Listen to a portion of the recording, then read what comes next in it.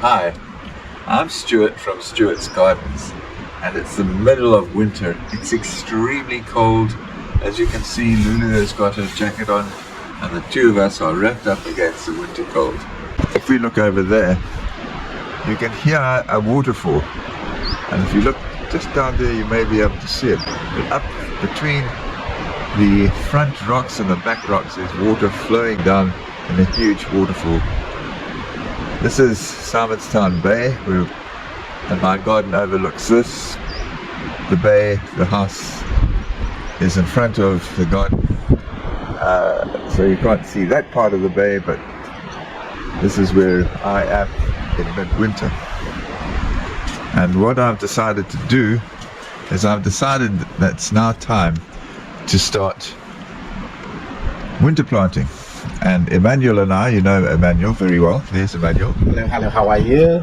Emmanuel is my assistant, and he's very good. And he's been doing a lot of trellising. As you can see, we've been trellising up these peas. Over here, there were some beautiful cucumber plants there, but they've gone. These are the black crema tomatoes, which have remained. In spite of the cold weather, they've remained, and they are doing well, although there are a few signs that they're reaching the end of the tether. And as soon as these chaps start to ripen, I'll take them off and take these vines out. Over here we have the Roma tomatoes. They're doing very nicely. Still a few left. I should take these vines out, but you know, you get attached to your plants, and I haven't done that. Down here we have dill, which has been growing all season long. Spinach, I've just started to put the spinach in over here. It's doing nicely. So these are the winter crops which we are putting in. This is actually not really spinach, it's Swiss chard. So, and we can see that some of the leaves are already being attacked. And I'll show you what we're doing to counter this. It's a bit of soil on there. Now, over here we have the yellow pear tomatoes, which have done extremely well. They've been growing for months, and as you can see, what we've been doing is we've been taking the trellises down, coiling the vines so that they could keep going, and they've kept going. This has probably been going for about 4 to 5 months. This is what is happening here. These are snails. The snails are now starting to come in, and that's snails which have been eating these. Over here we have the money makers, and they're doing well. This one will have to come out quite soon. This is the remainder of the Heinz tomatoes. This variety grows extensively in the States, and I've managed to get these seedlings from the States, and they've done extremely well. Over here we have the Oxheart tomatoes. As you can see, all the tomatoes are now really at the end of their tether, and as they should be in winter. The parsley has remained most of the year, and thyme is getting towards the end of its season, but it's still there. You can still pick up some thyme if you want to. And over here is the flat leaf parsley, which has been doing extremely well. Mint is still growing nicely. This we've just put in kale, various types of kale. We put in some beetroot seedlings yesterday, and looking forward to these. These are all winter crops which we put in. Lettuce can grow in winter. It'll be interesting to see how these do. But I would think that we will get a few nice lettuce out of this. Over here we have the Brandywine tomatoes, a few which are remaining. These will come out shortly, but they've done extremely well, although we planted them late. This is where the chili plants are.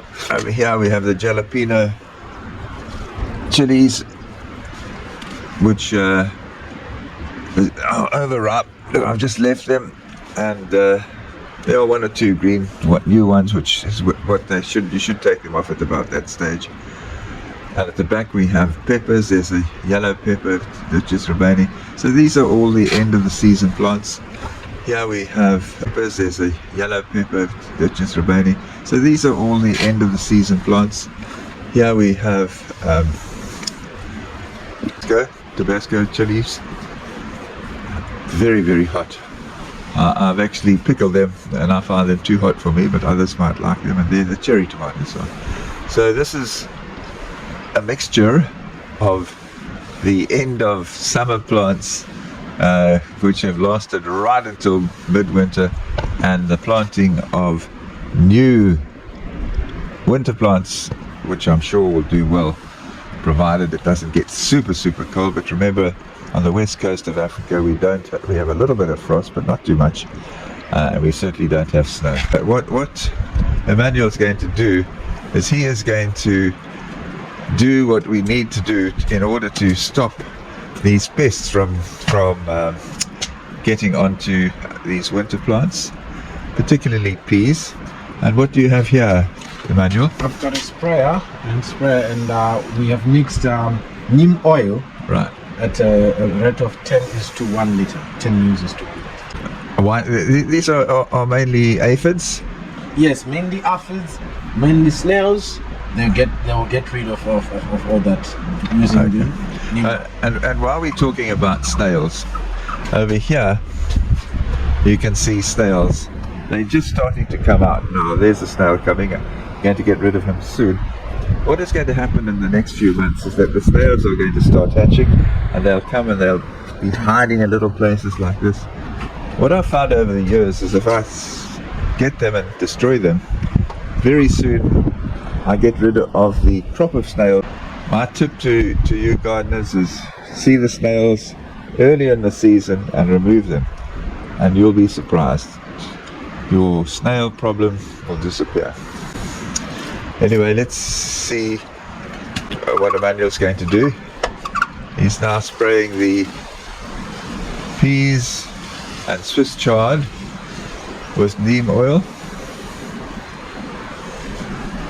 And this is, over the years, I find it's very, very effective. Neem oil it's fine, it doesn't harm humans, but it certainly does kill the bugs. Well, I hope that you've enjoyed that. As you can see, it's now midwinter. We have got the winter crops growing. They're looking good. Emmanuel is doing a wonderful job. And with regard to the snails, just remember that snails are seasonal. They start from the beginning of winter, and if you repeatedly remove them, what you will find is that you will prevent them from producing their offspring, and very gradually, in fact rather quickly, you'll find that you will get yourself free of the snail problem for the season. Well, good luck. Remember to give it a thumbs up, and if you haven't already subscribed, please subscribe.